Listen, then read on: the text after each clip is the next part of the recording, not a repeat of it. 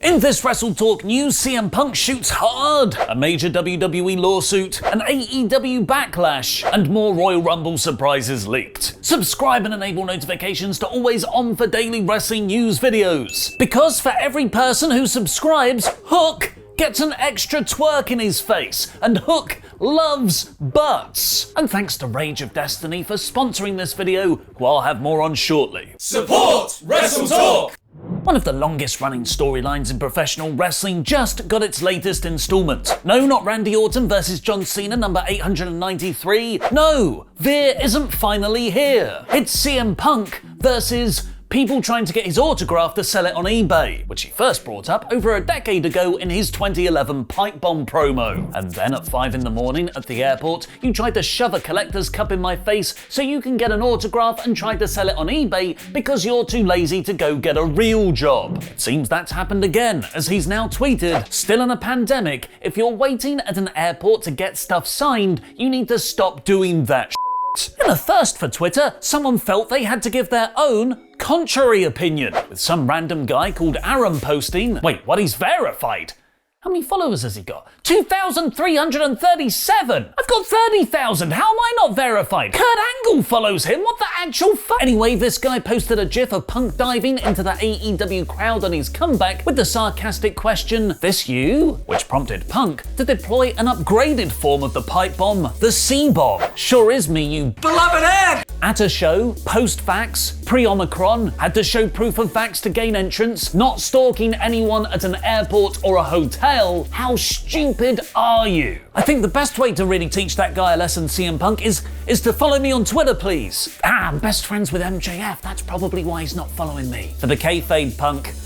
For the kayfabe. But that isn't the only AEW Twitter storm though, as putting your foot in your mouth is all elite. Presumably making fun of the Alexa Bliss therapy segment on Monday's episode of Raw, one of AEW's official Twitter accounts posted, "Therapy is really good for you. So is AEW," with the meme picture of lots of people queuing up to an AEW booth at a convention rather than a therapy booth. Personally, I'm not that offended because AEW is literally saying therapy is good for you, but some people felt as though it was making fun of a very serious issue, with replies like, "This tweet is embarrassing and more indication of training on social media etiquette for those who hold the passwords to these accounts." That tweet's from Auntie with the Good Tits rainbow flag, and Jobber Nation TV pointing out one of their top stars, Jon Moxley, only entered rehab a few months ago. Others, meanwhile, who say they've gone through therapy themselves, felt the backlash was in bad faith. Regardless of whether it was in poor taste or not, AEW deleted the tweet before it could gain much more traction. Before we get on with the rest of the episode, I'd just like to say a huge thank you to this episode's sponsor, Rage of Destiny, which you can download for free using our links below. Rage of Destiny is a fun and exciting idle RPG. What is an idle RPG, you might ask? It's a game that does all the hard work for you, meaning you can sit back and watch your heroes battle, explore, and level up. Look, Mum, I can play it with no hands. Oh my god! You can experience the grand magical world's stunning HD graphics on your mobile device, while you just select your heroes and click auto push, and the game will automatically go to the next level for you. Every battle is a new experience, where you can team up to attack the Dragon's Den. I'm coming for you, Deborah Meaden! Encounter random terrains and defeat enemies. And if you're lucky, you'll enter the mysterious cave to slay a dragon for its hidden treasure. And like wrestling and everything else, it ultimately all comes down to the characters. A crazy wonderful mix of cartoon fantasy with Leopard Man Gar. So download Rage of Destiny using our special link in the video description below now, and you'll get a gift pack worth $200 automatically offered to all new players. And there's more! If you enter the code ROD777, you can also redeem 10 additional summons. So please check out Rage of Destiny by downloading it from our link below, as you'll have a great time playing it, and it really helps us here at WrestleTalk. Support WrestleTalk, support Rage! You might remember a story from the middle of last year where Major League Wrestling, one of the United States' main indie promotions, was reportedly set to agree a new streaming deal with Tubi. But then, all of a sudden, these talks fell through. MLW alleged at the time that WWE had pressured Fox, which owns Tubi, to not do a deal. As a result of this, MLW is now formally suing WWE, filing an antitrust lawsuit accusing World Wrestling Entertainment Inc. of ongoing attempts to undermine competition in and monopolize the professional wrestling market by interfering with MLW's contracts and business prospects. The 19-page lawsuit obtained by PW Insider specifically mentions a major streaming deal for MLW which would have been transformative for the company, which is presumably Tubi, alleging WWE pressured third parties to abandon contracts and prospective relationships with MLW. Additionally, the lawsuit claims WWE did this to MLW's relationship with Vice TV at the start of 2021 too, alleging a then WWE executive warned Vice TV that WWE owner Vince McMahon was pissed that Vice TV was airing MLW programs, and that Vice TV should stop working with MLW. The Vice TV executive responded that WWE's conduct was illegal and an antitrust violation, with the WWE executive responding that she could not control McMahon. Which kinda sounds like a threat. Oh, I'm sorry you feel that way, the executive is saying while McMahon starts breaking objects around the Vice office. MLW is run by the former WWE writer Court Bauer, who is quoted in the statement saying, WWE has been wrongfully depriving its competitors of critical opportunities for many years, but its latest conduct has been even more unconscionable. I think we speak for the rest of the professional wrestling world when we say that this anti-competitive behavior has to stop. It's a compelling argument, but one that would have held up a lot better even just several years ago. WWE no longer dominates screens in the way it once did, with the wrestling industry becoming significantly more competitive with the founding of AEW. WWE themselves have issued the statement, WWE believes these claims have no merit and intends to vigorously defend itself against them. And there's also the very recent change of heart where WWE is suddenly working with other wrestling promotions again. After announcing current Impact Knockouts champion Mickie James for the Women's Royal Rumble match later this month, Ringside News has reported Vince doesn't care so much anymore about mentioning companies like Impact, and that at this point, there are no borders. This follows another Ringside News report that AEW has been in talks with WWE's head of talent relations, John Laurinaitis, about working together on biography projects of ex-WWE talent who are now all elite, like Chris Jericho, Jon Moxley, and Jim Ross. WrestleVotes then reported it's believed backstage WWE will try for an unexpected Forbidden Door entrant for the Men's Royal Rumble. And now PW Insider has revealed former WWE stars Cameron and Melina are also scheduled for the women's match. They're set to report to WWE on Thursday the 27th, 2 days before the Premium Live event, likely to go over the match spots. Before the pandemic, WWE reportedly tried to book Melina for the 2020 Rumble match, and later tried to sign her for NXT. There is also speculation that Paige could be a surprise entrant, with the anti-diva herself even commenting, "Third day in a row trending.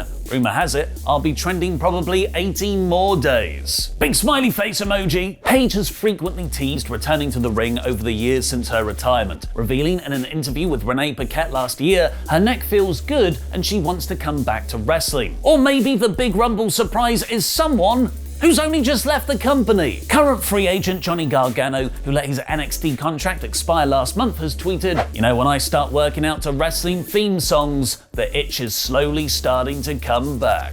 What is your favorite wrestling theme to pump the iron to? Mine is genuinely Dolph Ziggler's "Here to Show the World." Let me know in the comments down below. Make sure to subscribe to Parts Unknown because it's the first Quizzlemania of the year today, and it's a tag team special of the Church of Friendos, Steve and Alex Queen of the Ring versus Sean Ross Sapp and RJ City versus Grand Pooh Bear and Space Boy versus How Will They Coexist? Me and Andy Datson. But for now, here's Tempest's review of NXT in about 5 minutes. Thanks for your support on Patreon. He's no jackass Dano, and the roller coaster, Robert Acosta. What's going on, WrestleTalk friends and fans? Tempest is back with another review of NXT 2.0.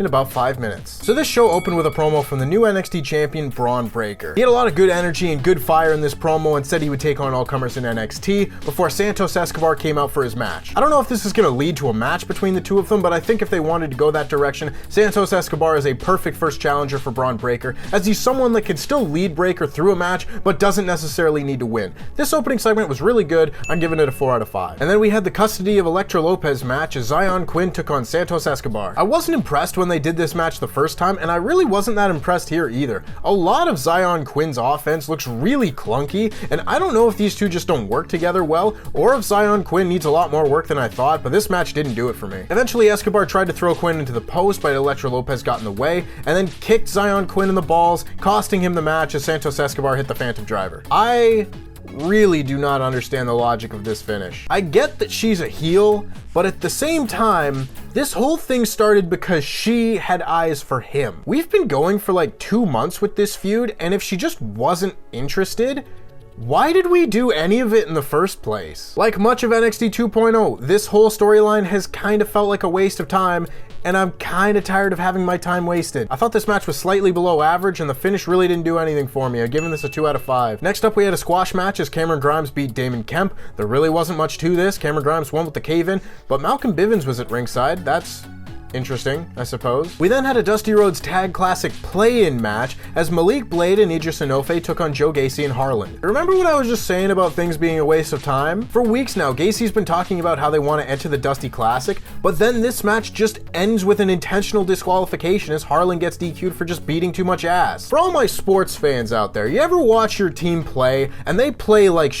They do really badly, they shouldn't win a game, but then they pull out the win. But you're still a little bit upset because they didn't win the right way? That's how I feel about these storylines. Like, yes, I would rather see Malik Blade and Idris Enofe have good tag team matches in this tag tournament, but why are they qualifying for the tournament this way? I also didn't think this match was all that good. Joe Gacy hit a nice Uranagi type thing. That's neat. This gets a 2 out of 5. We then had the actual crowbar on a pole match as Tony D'Angelo took on Pete Dunne. Let me just get out of the way, the pole match stipulation sucks. Nothing that anyone could ever do would lead me to believe otherwise. Pete Dunne is a masterful wrestler. He couldn't make this believable. That being said, once you got the crowbar off of the pole, this match got significantly better, even though it still doesn't make that much sense that only a crowbar can be used as a foreign object and not, well, anything else. Like that one time that Batista got DQ'd in a chairs match for doing a low blow, like, what difference does it make? There was a lot of crowbar and crowbar related offense in this match, with Tony D'Angelo trying to take advantage of Pete Dunne's broken hand and Pete Dunne trying to take advantage of Tony D'Angelo's snapped fingers before Tony D'Angelo finally just bonked him on the head and got the win. This gets a 3 out of 5, but they would have had a much better match if it was just a match. We then got a 6-woman tag team match as Amari Miller teamed with Casey Catanzaro and Caden Carter to take on Persia Pirotta, Indy Hartwell, and Wendy Chu. I did not choose this match. Wendy Chu's been the one sleeping backstage over the last few months, and she wrestled this match in pajamas with a pillow on the apron, taking naps wherever she could, and honestly, she's the most relatable character on this show because if I could sleep through NXT 2.0 too, I would. Again, I didn't think this match itself was very good. I was just kind of transfixed on the sleeping woman on the apron. I'm giving this a 2 out of 5, but I don't really need to give it a number score. It's not a wrestling match, it's a comedy skit. We then had Solo Sikoa taking on Boa. Honestly, as a match, this wasn't too bad. It wasn't anything spectacular either, but Boa and Solo Sikoa just kind of wrestled around the ring for a little while, and then they got double counted out. Boo! It's a bad finish, but you just kind of have to expect this sort of thing from a WWE show at this point. The two brawled to the back, and eventually Boa threw a fireball in his face and revealed himself to be Demon Boa. I don't know what to call him, but Demon Boa just seems right. I guess they're gonna wrestle again at some point. That's neat. This match gets a 3 out of 5. It was alright. We then had an in-ring promo from Carmelo Hayes, who showed up with Trick Williams in a Bentley, and they just gave the keys to the valet guy and said that they were gonna be right back. I do like this touch for a more arrogant heel champion, rather than the other people that we see often just showing up halfway through the show. This time is the rare time where I think this makes sense. Much like how Braun Breaker cut a fairly standard babyface promo at the start of the show, Carmelo Hayes here cut a fairly standard heel promo, but I thought he came off with a ton of swagger, and he comes off as such a star anyway. This was really good stuff. As Carmelo was leaving, AJ Styles' music interrupted, and if we get a match between AJ Styles and Carmelo Hayes, that is one of the more intriguing combinations of a main event guy and an NXT guy that you could make at this point. Care about that match a lot more than what we got in the main event. I really did like Carmelo Hayes' promo though. I'm giving it a 4 out of 5. And then we got the main event match as AJ Styles took on Grayson Waller. Now obviously AJ Styles being on this show at all gives NXT a big boost, but him being in a main event match against supposedly one of NXT's top stars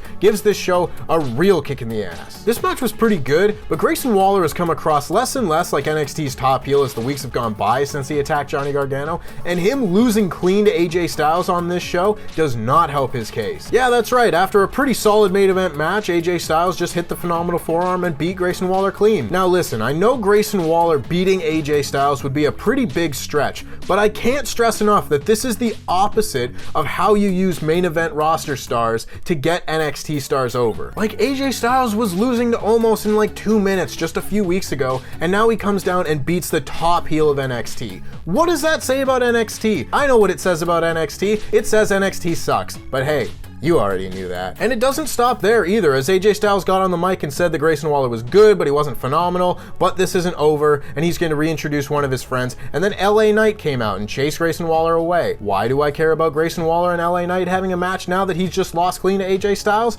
I don't. Fix your booking. I will still give the main event match a 4 out of 5. It was one of the better matches that we've seen in recent weeks, and I am a really big fan of seeing AJ Styles in NXT, even if it is NXT 2.0. I'm gonna give the whole show a 3 out of 5 just based on the opening promo, Carmelo Hayes promo, and this main event. Otherwise, the middle of this show was a lot of nothing. And that just about wraps it up for me. If you want to hear more of my thoughts on this week's show, make sure you go over to WrestleTalk podcast later on today, where myself and Chopper Pete will be breaking down the entire show in complete detail. And make sure you go over to Parts Unknown, where you can watch Quizzlemania, where Ollie and Andy hopefully lose. We blew them up. Someone out of position here, a fumbled spot there, or the entire finish to a match just beautiful sunshines its way out of your spotless mind. Because yes, it has been known for wrestlers to completely forget the finish to matches, like I sometimes forget the lead-in. This one's about people forgetting stuff. Read the screen. I don't know.